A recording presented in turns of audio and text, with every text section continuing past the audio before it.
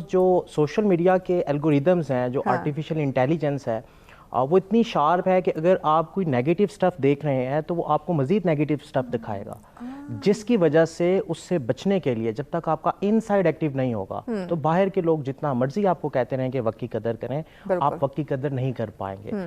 तो ज़रूरत इस चीज़ की है कि हम अपने इनसाइड को एक्टिव करें, हम अपनी अंदर की आंख को जो है वो एक्टिवेट करें, और उसके लिए बेहतरीन टूल जो है वो आस्किंग का है, सवाल का है।